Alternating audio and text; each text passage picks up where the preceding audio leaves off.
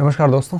हम चल रहे थे इस पे स्वदेशी आंदोलन और बहिष्कार आंदोलन के ऊपर, और ये सारे पॉइंट हम क्लियर कर चुके थे। और आज हम बात करेंगे अब 1905 से 1919 के बीच में। ठीक है, ये हमारा है वो एक प्रकार से क्लियर हो गया था, और अब उग्रपंथी चरण को हम आगे बढ़ाएंगे और अब इन मुद्दों को समझना शुरू करेंगे। ठीक है, तो सबसे पहली चीज़ विद्यार्थियों, देखिए क्या हुआ। शुरू भले हम यहाँ से करें, लेकिन बात को हम यहीं से आगे बढ़ाएंगे, क्योंकि 1905 के बाद की जितनी भी घटनाएं हैं वो सारी घटनाएं हमने वैसे शुरू कर ली है। 1906 देख लिया, 7 भी देख लिया है। तो अब ये पॉइंट ठीक है, उग्रपंथी चरण अब हावी हो जाएगा। तो किस प्रकार बहिष्कार आंदोलन के बाद क्या हुआ, इसको साथ में लेते हुए चलेंगे। आपने जहाँ छोड़ा है, हमने पिछले लेक्चर में जहाँ वीडियो नोट्स आपने बनाने छोड़ दिए थे, उस जगह से इस बात को आप आगे शुरू करोगे। और अब हमें क्या क्या देखना है, मैं एक एक पॉइंट को है वो अच्छे से क्लियर करते हुए आगे बढ़ूंगा, और आप है वो चीज़ों को अच्छे से समझते जाना। ठीक है, तो अब देखिए क्या हुआ। तो स्वदेशी और बहिष्कार आंदोलन चल रहे थे, और उसी समय ब्रिटिशर्स ने एक पॉलिटिकल रिफॉर्म के लिए, राजनीतिक सुधारों के लिए मिंटो द्वितीय, जो कि 1906 में भारत के वॉयसराय बनकर आ गए थे, 6 क्या 5 में आ गए थे मेरे हिसाब से, 6 में एक प्रकार से उन्होंने अरुंडले कमेटी का गठन किया। और अरुंडले कमेटी का गठन का मेन उद्देश्य यही था कि जो लेजिस्लेचर काउंसिल थी, विधान परिषदें थी, उनके अंदर सदस्यों की संख्या बढ़ानी थी।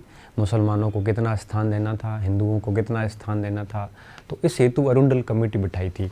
तो अरुंडले कमेटी ने बाद में ये भी रिकमेंडेशन दिया था कि बंगाल विभाजन को रद्द कर दिया जाए। ठीक है, तो बंगाल विभाजन के बाद में क्या हुआ, अरुंडले कमेटी बैठती है, और अरुंडले कमेटी के द्वारा जब रिपोर्ट दी गई तो उसमें कहा गया कि बंगाल विभाजन ठीक नहीं है, इसको रद्द कर दिया जाए। और उसके बाद में 1911 में दिसंबर के अंदर जब दिल्ली दरबार बैठा, तो दिल्ली दरबार के अंदर है वो अरुंडले कमेटी की रिपोर्ट को संज्ञान में लेते हुए और इसको कैंसिल कर दिया गया। किसको? इसको स्वदेशी और बहिष्कार आंदोलन का जो भी मेन मुद्दा था, बंगाल विभाजन, उसको कैंसिल कर दिया गया था। तो अभी हम क्या देखेंगे कि स्वदेशी और बहिष्कार आंदोलन के बाद क्या हुआ, ये पॉइंट है मैं वो हेडिंग के रूप में आप डालोगे, और आपका हेडिंग रहेगी कि स्वदेशी व बहिष्कार आंदोलन के बाद क्या हुआ, आंदोलन के बाद। ठीक है, तो स्वदेशी और बहिष्कार आंदोलन के बाद क्या घटनाएं हुई, उसके ऊपर हम बात करने वाले हैं। सबसे पहली चीज़ देखिए, स्वदेशी और बहिष्कार आंदोलन के बाद क्या हुआ। अब यहाँ पे एक तो सूरत के अंदर फूट पड़ेगी। ठीक है, सूरत विभाजन होगा, उससे पहले अरुंडल कमेटी बैठेगी, अरुंडले समिति। ठीक है, एक यह बैठेगी। दूसरा, सूरत स्प्लिट होगा, कांग्रेस का विभाजन होगा, और दिल्ली दरबार, ठीक है, क्या आयोजित होगा, दिल्ली दरबार आयोजित होगा, और दिल्ली दरबार में बंगाल विभाजन को कैंसिल कर दिया जाएगा। ये तीनों हमें है वो समझने हैं आज, 1906, 1907 और 1911। ठीक है, ये 3 घटनाएं इसी स्वदेशी और बहिष्कार से जुड़ी हुई है, इसलिए हम इसको ले रहे हैं। इस वीडियो के बाद में अगला जो हमारा चैप्टर आएगा, डायरेक्ट आएगा होम रूल लीग और लखनऊ समझौता, और उसके बाद ठीक बाद में वो गांधी जी स्टार्ट होंगे। तो अभी हम ये देखेंगे आज कि स्वदेशी और बहिष्कार आंदोलन के बाद क्या हुआ। 3 पॉइंट्स पर बात करने वाले हैं, अरुंडले समिति, सूरत की कांग्रेस फूट और दिल्ली दरबार। ठीक है, एक एक को हम शुरू करने जा रहे हैं। सबसे पहले मैं इन तीनों का एक एक का एक साथ ब्यौरा दे देता हूँ, उसके बाद लिखेंगे। देखो, अरुंडले समिति और दिल्ली दरबार को तो मैं एक साथ ही बता देता हूँ आपको। अरुंडले समिति मिंटो द्वितीय के द्वारा गठित की गई थी राजनीतिक सुधारों के लिए। सवाल यही बनता है कई बार कि अरुंडले समिति का गठन किस लिए किया गया था, तो आप कहोगे कि अरुंडले समिति का गठन राजनीतिक सुधारों के लिए किया गया था। मतलब जो भी उस समय केंद्रीय परिषदें थी, उनकी सदस्य संख्या बढ़ाने के लिए, उसको एनलार्ज करना था, उसके लिए गठित किया गया था। और इस समिति ने रिपोर्ट में, अरुंडले की अध्यक्षता में समिति बनी थी, इस कमेटी ने रिपोर्ट ये दी थी कि भाई बंगाल विभाजन को रद्द कर देना चाहिए, इसके इफेक्ट ब्रिटिश सरकार पर ठीक नहीं पड़ रहे हैं। ठीक है, और उसके बाद में फिर क्या हुआ कि जॉर्ज पंचम और महारानी मेरी भारत आ रही थी। ठीक है, जॉर्ज पंचम एकमात्र शासक थे जिन्होंने भारत में प्रवेश किया था, इंग्लैंड का पहला राजा था या एकमात्र राजा थे जो खुद भारत आए थे। दिल्ली दरबार तो भारत में 3 बार आयोजित हुआ, 1877 में हुआ है, 1903 में हुआ है और 1911 में हुआ। लेकिन पहली बार ऐसा हुआ था कि राजा खुद आए थे, जॉर्ज पंचम भारत आए थे और उनके सम्मान में दिल्ली के अंदर 1911 में दिसंबर के महीने, दिसंबर इसलिए चुना जाता था, ठंड होती थी, ब्रिटिशर्स लोग गर्मी सहन नहीं कर पाते थे, इस वजह से ठंड के महीनों में, स्पेशली सर्दी के महीनों में ये दरबार आयोजित करते थे। ठीक है, तो दिल्ली में दरबार आयोजित हुआ था और हॉर्डिंग उस समय होस्ट थे, भारत के वॉइसराय थे। और इस दरबार में जो मेन फैसले लिए गए उसमें एक फैसला ये था कि बंगाल विभाजन को रद्द किया जाता है, पूर्वी और पश्चिमी बंगाल को पुनः एक कर दिया गया, बिहार अलग राज्य बनाया। तो पहली बार बिहार राज्य कब बना था, इसी दिल्ली दरबार में घोषित हुआ था, 1912 में बना था वो। ठीक है, और उड़ीसा को भी बिहार के साथ में रखा था। इसके साथ साथ भारत की राजधानी कलकत्ता से दिल्ली करी। ठीक है, तो ये 3 मेन परिवर्तन फैसले लिए गए थे दिल्ली दरबार में, वो हम देखेंगे। तो अरुणले समिति और दिल्ली दरबार, ये पॉइंट्स हम सबसे पहले समझते हैं, फिर कांग्रेस की सूरत फूट के बारे में पढ़ेंगे। ठीक है, सबसे पहली चीज़ अरुणले समिति। अरुणले समिति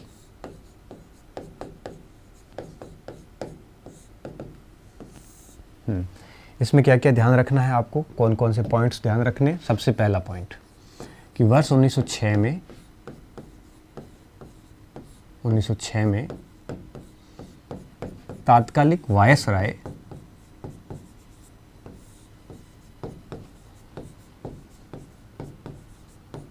होता था आपके रानी का प्रतिनिधि, वायसराय मिंटो द्वितीय। ठीक है, मिंटो द्वितीय, मिंटो प्रथम पहले हो गए थे। ठीक है, मिंटो द्वितीय ने देखो किसने, मिंटो द्वितीय ने एक मिनट,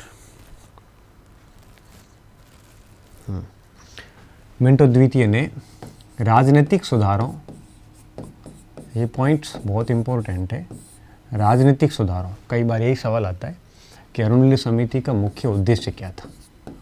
राजनीतिक सुधारों, इसमें आप ये लिख सकते हो कि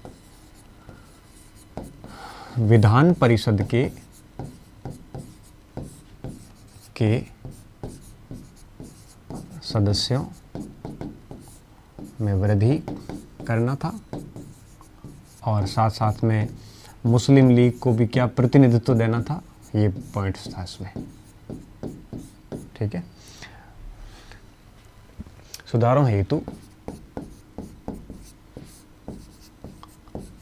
अरुणले समिति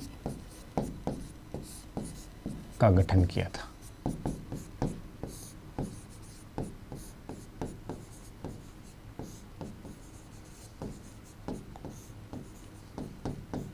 ठीक है, एक तो बात आपको ये याद रखनी है और दूसरा आपको क्या ध्यान रखना है कि इसने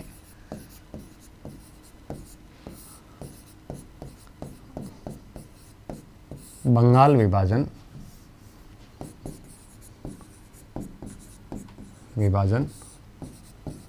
रद्द करने की सिफारिश दी थी।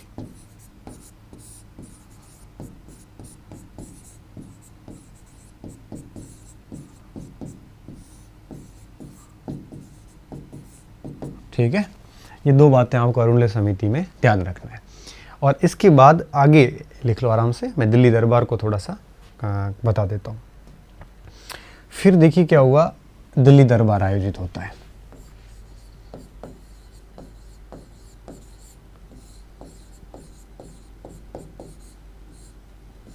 ठीक है, दिल्ली दरबार ये तीसरा था। पहला दरबार आपके यूं कहिए कि प्रथम दरबार आयोजित हुआ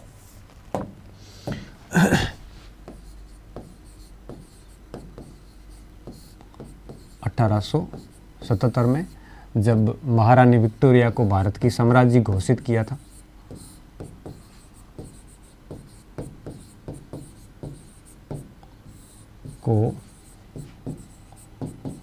भारत की साम्राज्ञी घोषित किया था।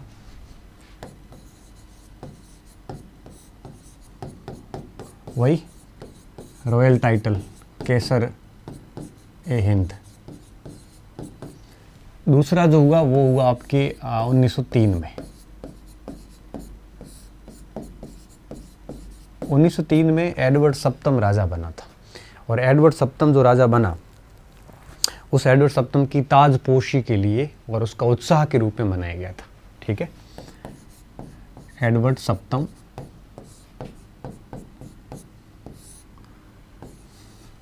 की ताजपोशी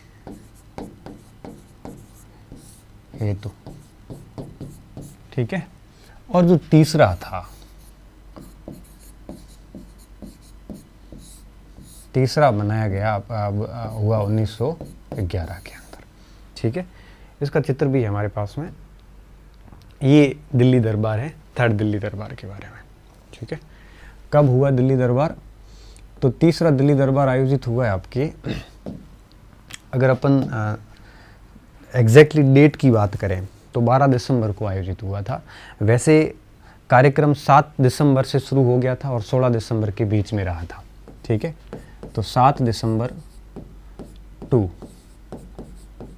16 दिसंबर 1911। ठीक है, और मुख्य कार्यक्रम कब था? 12 दिसंबर को।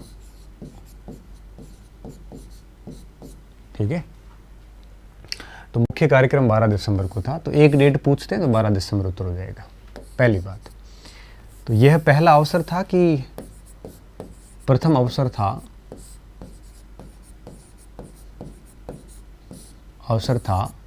जब,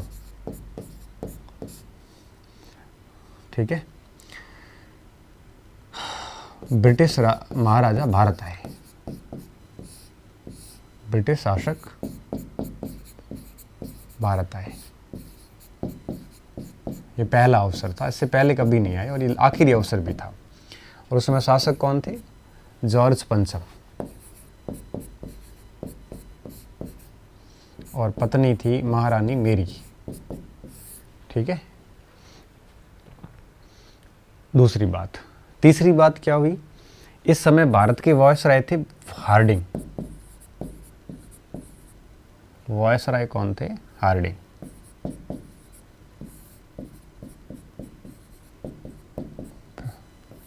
ठीक है, वायसराय कौन थे? हार्डिंग थे। अब क्या हुआ, इस दिल्ली दरबार के अंदर आप देख पा रहे होंगे, इस दरबार में एक प्रकार से 3 मुख्य निर्णय लिए गए। ठीक है, कौन कौन से निर्णय लिए गए थे? वो निर्णय हमारे लिए महत्वपूर्ण है, ये चित्र महत्वपूर्ण नहीं है। पहला निर्णय, सबसे पहला निर्णय जो लिया गया, बंगाल विभाजन रद्द किया गया।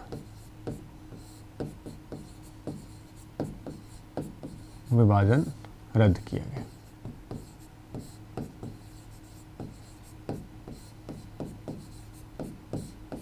पहली बात। दूसरी बात, बिहार को उड़ीसा के साथ नया प्रांत बनाया। नया प्रांत बनाया।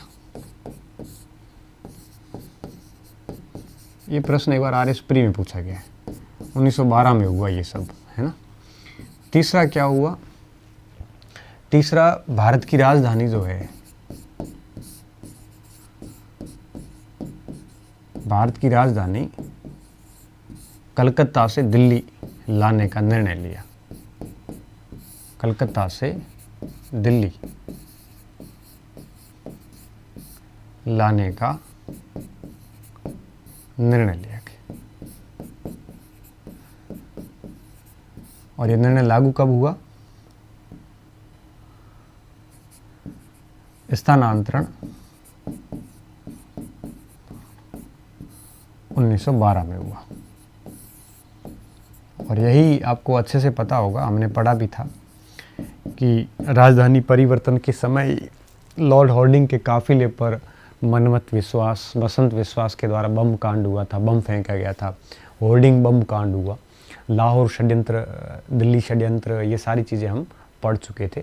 तो यह निर्णय लिए गए थे, ठीक है। बंगाल विभाजन रद्द किया गया, बिहार को अलग राज्य बनाया, 1912 में बना, क्योंकि दिसंबर का तो महीना था ये, तो ये सारे जो भी फैसले थे 1912 में लागू हुए थे, ठीक है।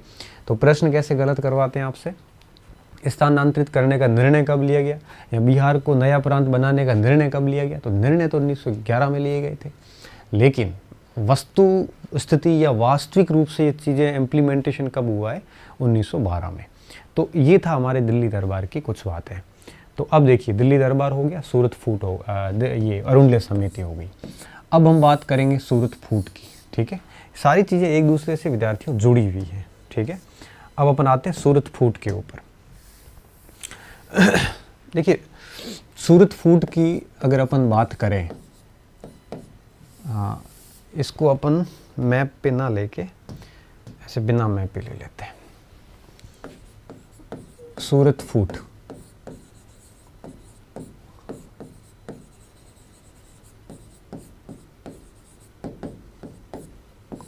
ठीक है, सूरत फूट। अब इस सूरत फूट को मैं कुछ लिखवाऊँ उससे पहले मैं थोड़ा समझा देता हूँ। देखो, हुआ क्या था कि उदारवाद और उग्रपंथ, इन दोनों के बीच में विवाद तो मैंने बताया आपको कि 1897 से ही चल रहा था। वो विवाद कंटिन्यू बढ़ता गया। बंगाल विभाजन के दौर में थोड़ी सी एकता दोनों में दिखी, मगर बंगाल विभाजन के ठीक बाद में जब स्वदेशी और बहिष्कार आंदोलन तेज गति से चले, आगे बढ़े, तो उस समय कई सारे मुद्दों पर एक प्रकार से मतभेद आने शुरू हुए। अब कौन कौन से मुद्दे थे जिनके ऊपर मतभेद आने शुरू हो गए थे, जैसे मैं कुछ नाम बता रहा हूँ, जैसे राष्ट्रीय शिक्षा का मुद्दा। अब राष्ट्रीय शिक्षा का मुद्दा क्या था, उदारवादी ये चाहते थे कि राष्ट्रीय शिक्षा जो है इसकी बजाय जो पहले से शिक्षा चली आ रही वही चलनी चाहिए, जबकि उग्रपंथी ये चाहते थे कि राष्ट्रीय शिक्षा का बहिष्कार हो। एक तो ये मुद्दा था। दूसरा था स्वदेशी और बहिष्कार आंदोलन पर, स्वदेशी व बहिष्कार आंदोलन पर विवाद था। इस पर क्या विवाद था, इस पे सीधा सा विवाद था कि उग्रपंथ जितने भी थे, गरम दल वाले नेता ये चाहते थे कि इसका प्रसार पूरे भारत में हो, जबकि उदारपंथी नेता थे, उन्होंने कहा था कि भाई ब्रिटिशर्स का रवैया अब नरम पड़ गया है इस आंदोलन के प्रति, तो हमें भी अब आंदोलन को, या यूँ कहिए कि हमारे को भी स्वदेशी और बहिष्कार आंदोलन जो हम कर रहे हैं इसके नियमों को थोड़ा ढीला कर देना चाहिए, पूरे भारत में फैलाने की ज़रूरत नहीं है।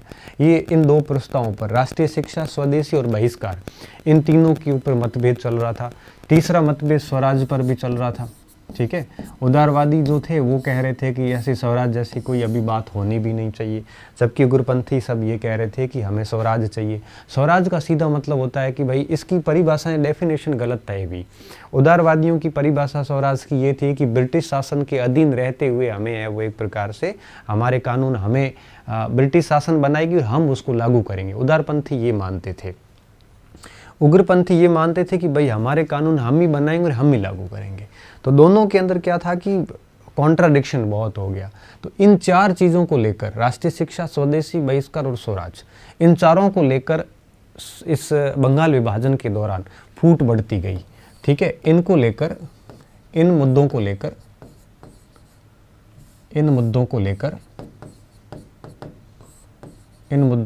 लेकर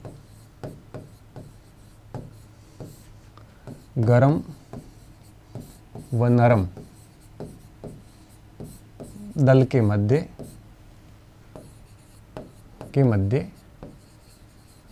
विभेद बढ़ते गए।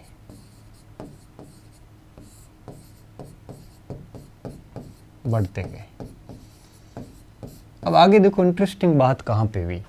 अब ये विवाद चल ही रहा था और 1906 के अंदर कलकत्ता के अंदर कांग्रेस का अधिवेशन हुआ। 5 में तो कुछ खास हुआ नहीं था, क्योंकि 5 में केवल निंदाएं की गई थी, चाहे बंगाल विभाजन की निंदा हो, चाहे वो आपके जो भी सरकार के द्वारा आंदोलनकारियों के ऊपर जो कार्रवाई की जा रही थी उसकी निंदा हो, तो निंदा ही की गई थी।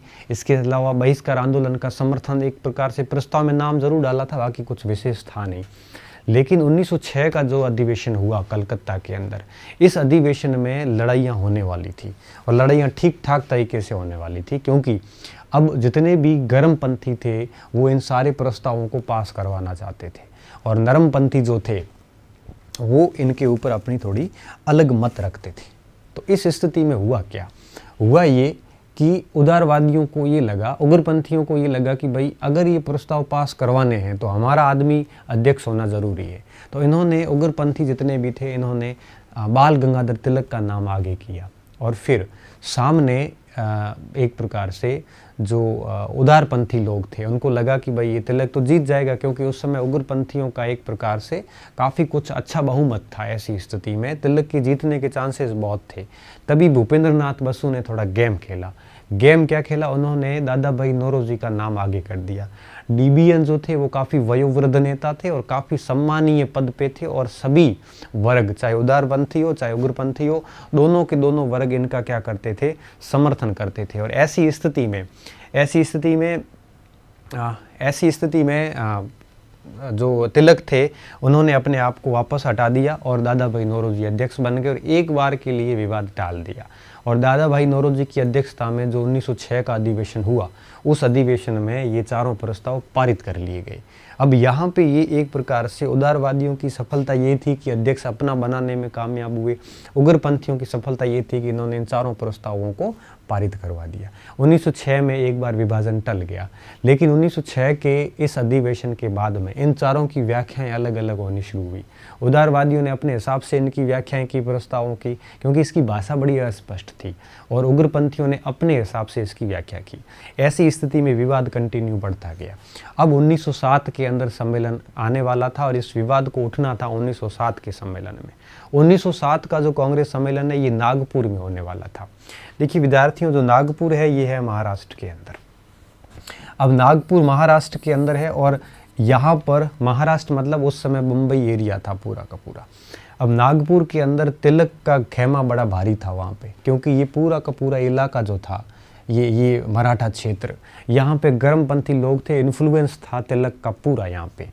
और इसलिए, और अच्छा उस समय अध्यक्ष का जो चुनाव होता था, कांग्रेस अध्यक्ष का चुनाव, वो जहाँ पे भी अधिवेशन होगा वहाँ की स्वागत समिति के द्वारा अध्यक्ष का चुनाव किया जाता था। मान लेते हैं कि नागपुर में अगर अधिवेशन होता है तो चुनाव नागपुर की जो स्वागत समिति होगी, मतलब जो भी लोग आएंगे बाहर से उन सभी का वेलकम करने वाली एक कमेटी होती है, उस कमेटी के द्वारा अध्यक्ष का चुनाव किया जाता था।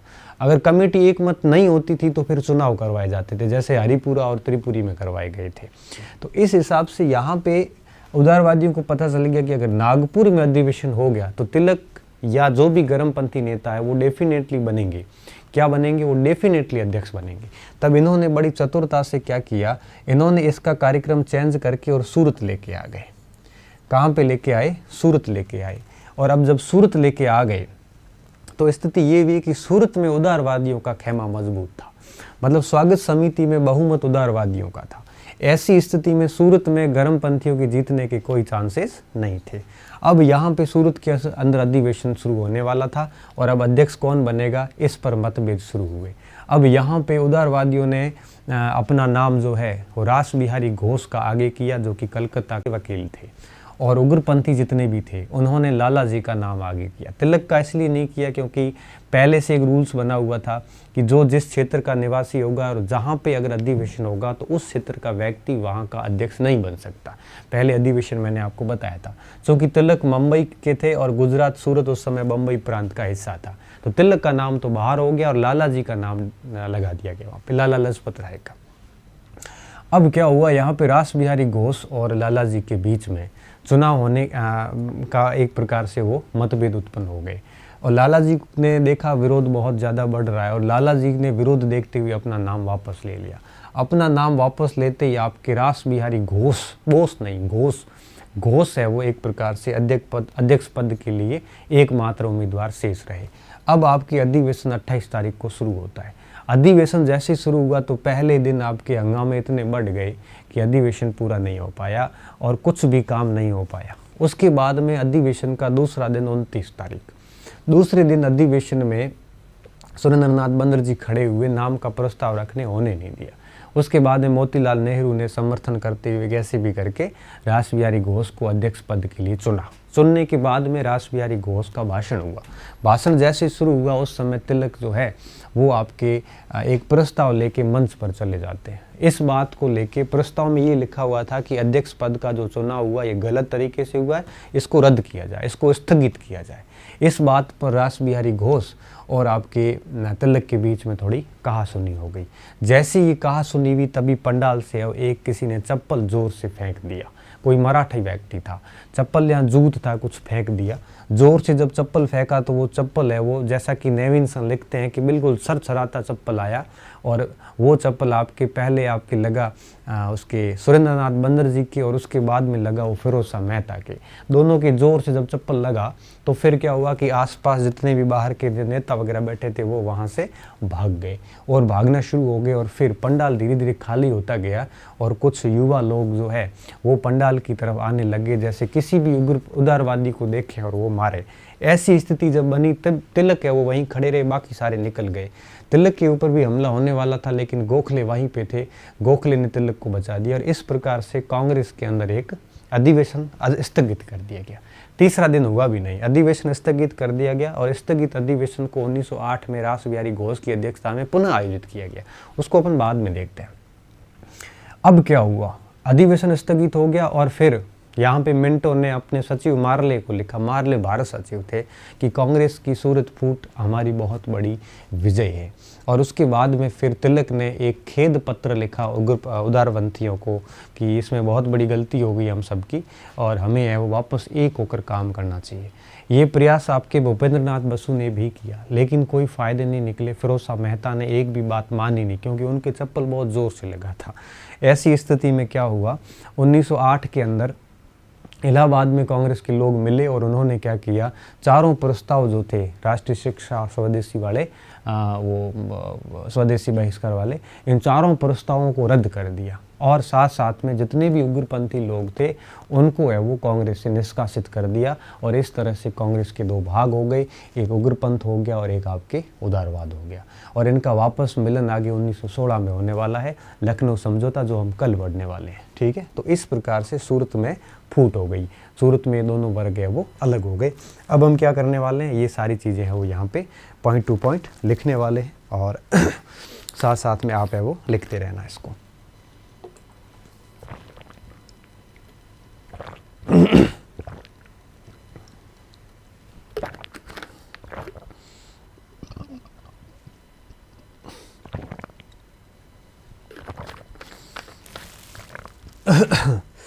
ठीक है, तो राष्ट्रीय शिक्षा बहिष्कार इन मुद्दों को लेकर नरम दल व गरम दल के मध्य विभेद बढ़ते गए।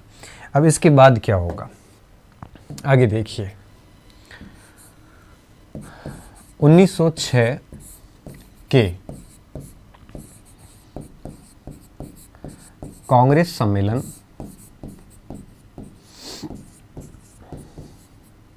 में गरम दल ने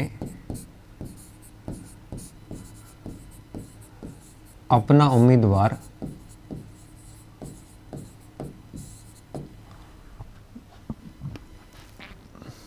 तिलक को तय किया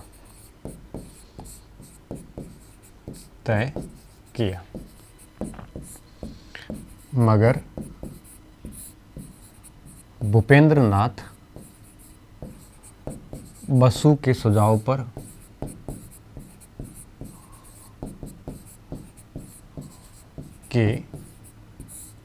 पर दादा भाई नौरोजी तीसरी बार अध्यक्ष बने।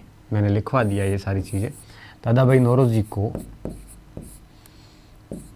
1906 के अधिवेशन का अध्यक्ष बनाया गया।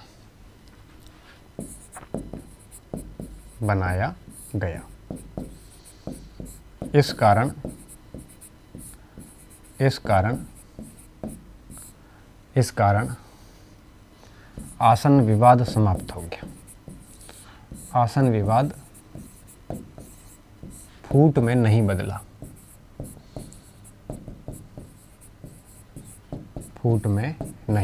समझे बात को कि अगर विवाद आसन था, दिख ही रहा था सामने, लेकिन दादा भाई नौरोजी का नाम प्रस्तावित होने के बाद में दोनों पक्ष शांत हो गए, और जब दोनों पक्ष शांत हो गए तो फूट नहीं हुई, ये बच गए यहाँ पे।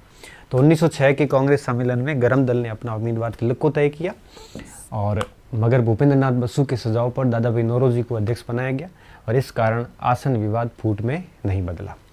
इस अधिवेशन में चारों प्रस्ताव पास करवा लिए गए। इस अधिवेशन में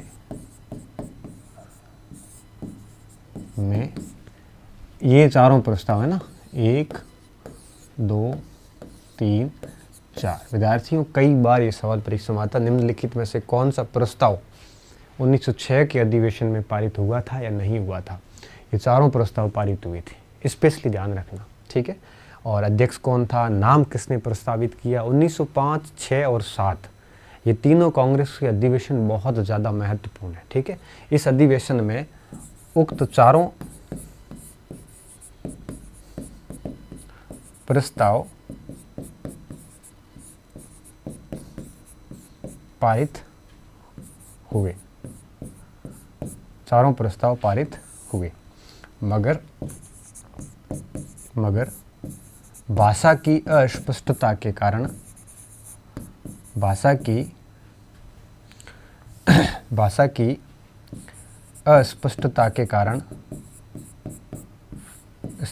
स्पष्टता के कारण दोनों पक्षों के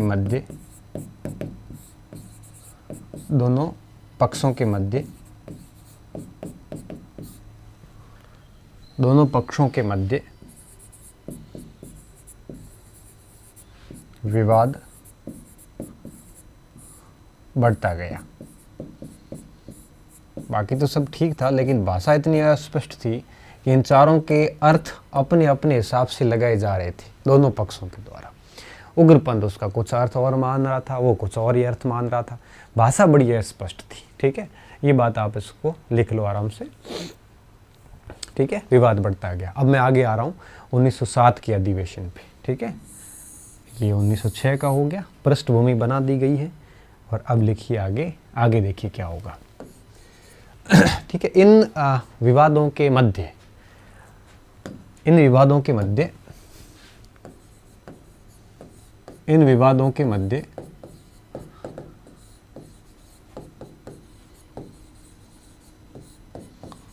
1907 का कांग्रेस अधिवेशन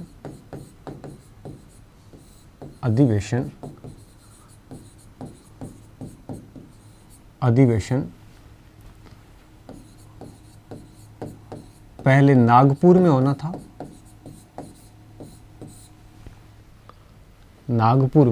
होना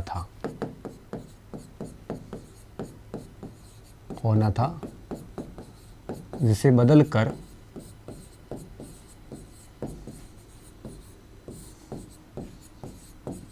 सूरत में आयोजित करवाने का निर्णय लिया।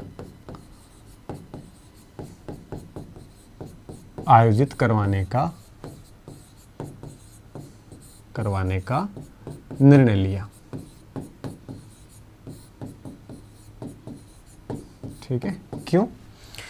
क्यों का जवाब ये था,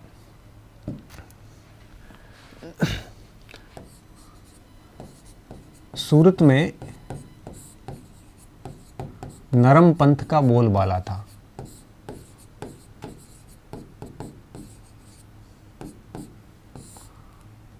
या इसको ऐसे कह दो, सूरत में या सूरत की स्वागत समिति में,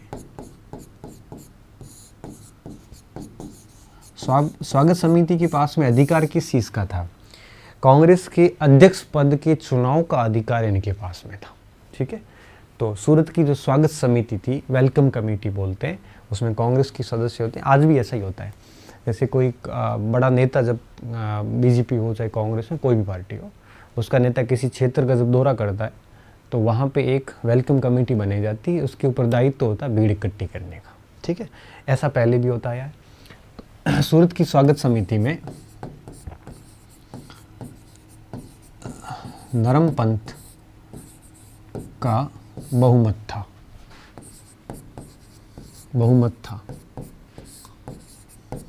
वहीं नागपुर में गर्मपंथ का।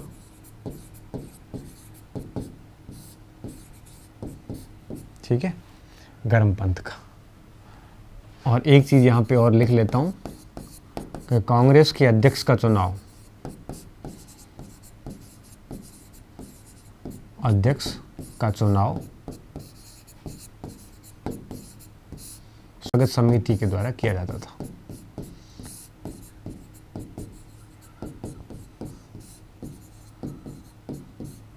ठीक है, तो इससे हम क्या सीखें? इससे ये सीखे कि अगर नागपुर में अधिवेशन होता तो वहाँ स्वागत समिति में गर्मपंथियों का बहुमत था और गर्मपंथी अध्यक्ष हो जाता, और गर्मपंथी अगर अध्यक्ष हो जाता तो नरमपंथियों के प्रस्ताव, उनकी इच्छाएं, उनके जो भी कुछ भी मांगे थी वो कभी पूरी नहीं हो पाती। इसलिए इन्होंने स्थान बदल के नागपुर से कहाँ कर दिया? सूरत कर दिया। ठीक है, आगे देखिए क्या हुआ।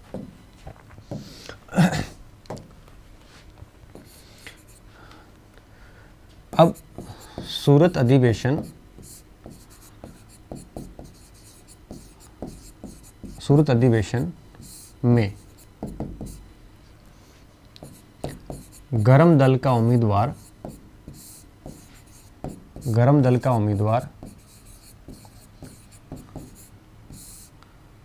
लालाजी को बनाया गया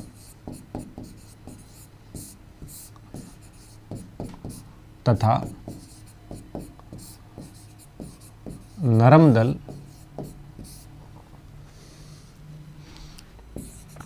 का प्रत्याशी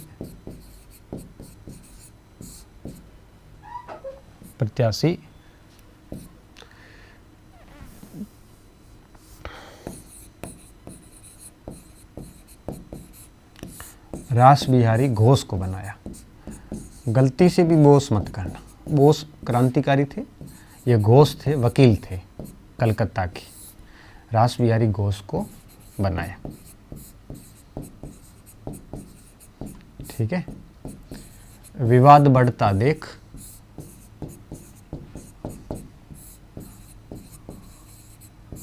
लालाजी ने अपना नाम वापस ले लिया, अपना नाम वापस ले लिया, वापस ले लिया। ठीक है, आगे क्या हुआ? लालाजी ने अपना नाम वापस ले लिया और रास बिहारी घोष अध्यक्ष निर्वाचित हुए। नाम वापस नहीं लेते तो भी हार जाते, क्योंकि स्वागत समिति में इनका बहुमत था, निर्वाचित हुए। ठीक है, तो ये तो बात होगी यहाँ पे। आप लिख लो आराम से और मैं अगली बात को ले आता हूँ। निर्वाचित हुए। ठीक है, सम्मेलन के दौरान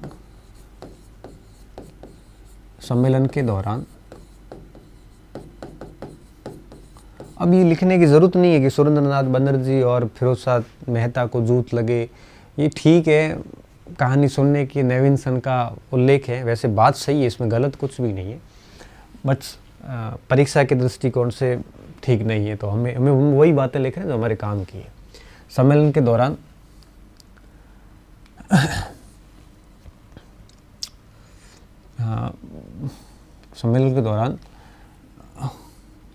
विवाद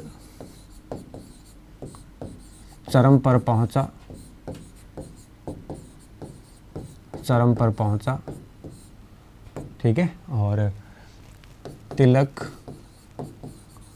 व घोष के मध्य कहासुनी हुई। घोष के मध्य कहासुनी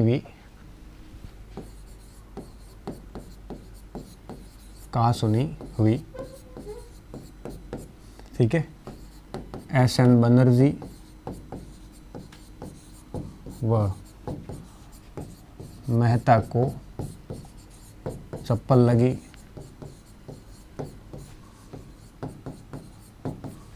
लगी। आंदोलन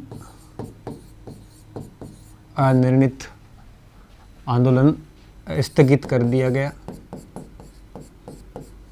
स्थगित किया गया।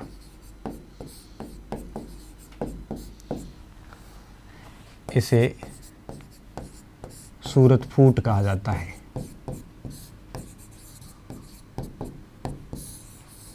फूट कहा जाता है,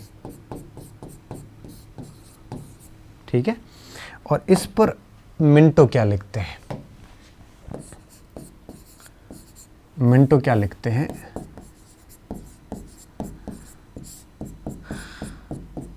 सूरत फूट, सूरत फूट हमारी बड़ी विजय है, बड़ी विजय है। बहुत इंपॉर्टेंट पॉइंट है ये, कई बार परीक्षा में आता है कि ये किसने कहा था और किस अवसर पर कहा था। तो अवसर तो वो पहले दे देते हैं, साथ में सूरत फूट लिख लेते हैं। और ख़ास बात ये है कि आपकी किसने कहा था, तो मिंटो ने यह लेटर लिखा था मार्ले को, ठीक है। उस पर उन्हें कहा था, मिंटो द्वितीय द्वारा मार्ले को लिखे पत्र में कहा था, ये लिखे पत्र में ये स्टेटमेंट। मार्ले कौन था? स्टेट सेक्रेटरी था, ठीक है, इंडियन स्टेट सेक्रेटरी, भारत का राज्य सचिव था। तो ये बात कही उस समय। अब क्या हुआ, ये घटनाएं हो गई, लेकिन अब इस फूट के बाद में क्या हुआ? इस फूट के बाद में तिलक व भूपेंद्रनाथ बसु ने, भूपेंद्रनाथ बसु ने पुनः एकता के प्रयास किए, एकता के प्रयास किए, मगर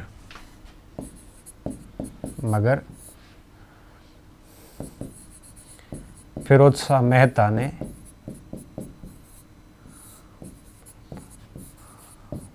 ने स्वीकार नहीं किया।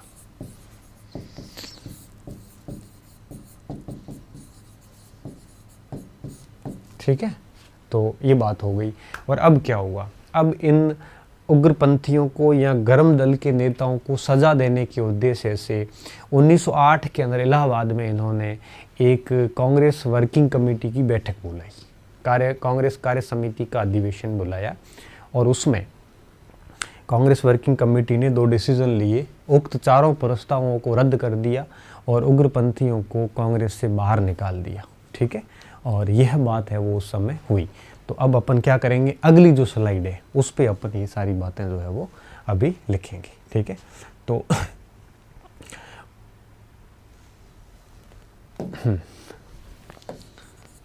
1908 इलाहाबाद में कांग्रेस वर्किंग कमेटी की बैठक हुई। इसमें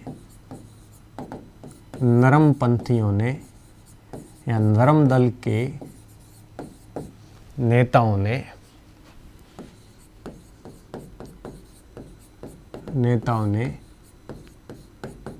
निम्न निर्णय लिए।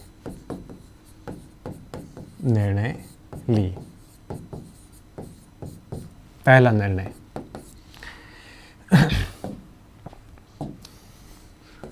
उक्त चारों प्रस्ताव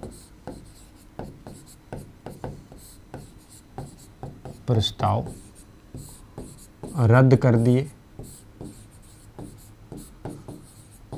ठीक है। और दूसरा,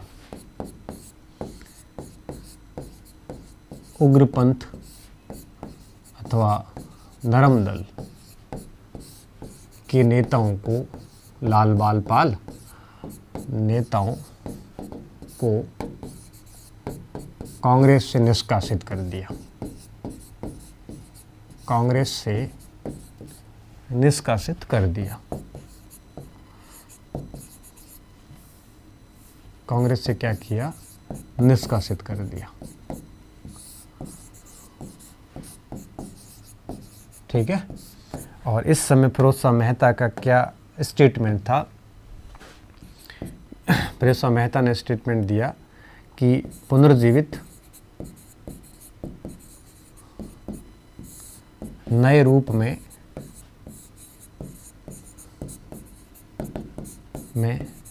सजी संवरी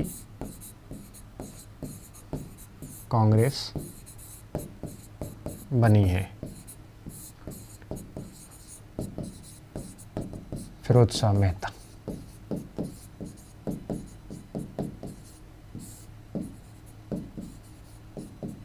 हाँ, ये थे फिरोज़शाह मेहता का स्टेटमेंट। इसके बाद का स्टेटमेंट था ये, ठीक है। तो इस प्रकार से ये एक प्रकार से सारे के सारे कांग्रेस फूट के परिणाम वगैरह थे। अच्छे से देख लिया आपने, उम्मीद कर रहा हूँ कि सारी चीज़ें आपको समझ में आ गई होगी, ठीक है। तो सूरत विभाजन भी हो गया, ये सब चीज़ें हो गई। अब हमारी जो नेक्स्ट क्लास होगी विद्यार्थियों, उसमें हम क्या देखने वाले हैं, उसमें हम है वो ये तीनों पॉइंट करने वाले हैं अब आगे, ठीक है। तो लखनऊ समझौता, उग्रपंथी चरण हमने आज कर लिया ऑलमोस्ट। फिर लखनऊ समझौता, होम रूल और 1917 का मॉन्टेस्क्यू घोषणा 1718 की। तो ये तीनों अगला अपनी क्लास में किया जाएगा, फिर आगे चलेंगे, ठीक है। बहुत बहुत धन्यवाद विद्यार्थियों, अच्छे रहिए, मस्त रहिए और पढ़ते रहिए।